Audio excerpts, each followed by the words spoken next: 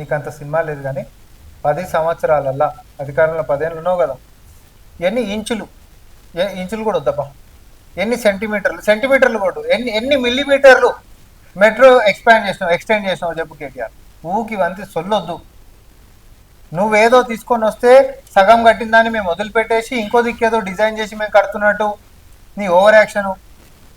నీ ముఖానికి నేను చెప్పాలన్న వాస్తవం ఏందో, ఫస్ట్ వాళ్ళ నాయన అన్నాడు రక్తం ఏర్లై పారుతుంది, అసెంబ్లీ ముంగడికి పోతే అసెంబ్లీ అందమంత ఖరాబ్ అయిపోతుంది. సుల్తాన్ బజార్ అంటే చారిత్రాత్మక కట్టడాలు, తెలంగాణ అంటేనే సుల్తాన్ బజార్, సుల్తాన్ బజార్ అంటేనే తెలంగాణ పత్తర్గట్టి సుల్తాన్ బజార్. ఇండ్లకేసి మెట్రో తీసుకొని పోతా అంటే నేను ఎట్లా ఒప్పుకుంటా, పిల్లర్లు గులగొడతా అని మాట్లాడాడు. అధికారంలోకి రాగానే మెట్రో ఆపిరు, కాంగ్రెస్ అప్పుడు మొదలైనటువంటి దాన్ని ఆపిండు. ఏర్లై పారుతుంది, అదే పారుతుంది, ఇదే పారుతుంది.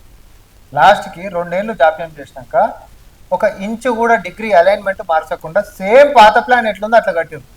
ఈ 2 ఏళ్ళు మెట్రోకి వచ్చినటువంటి నష్టాన్ని ఎవరు భరించారు? ప్రభుత్వం. అంటే నష్టాన్ని చేసినాడు వాడు నువ్వు, నీ అయ్యా, అవునా?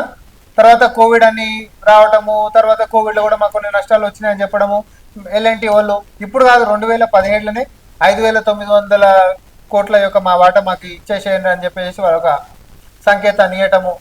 ఇవన్నీ జరిగినప్పుడు మేము ఒకటే మాట, వాళ్ళకి నష్టం ఉందా, లాభం ఉందా, ఇంకోటి ఉందా అనే అంశం కాదండి. నగరంలో ట్రాఫిక్ పెరిగిపోయింది.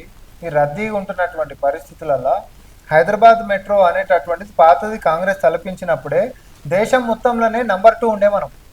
69 కిలోమీటర్లు వాజ్ నంబర్ 2.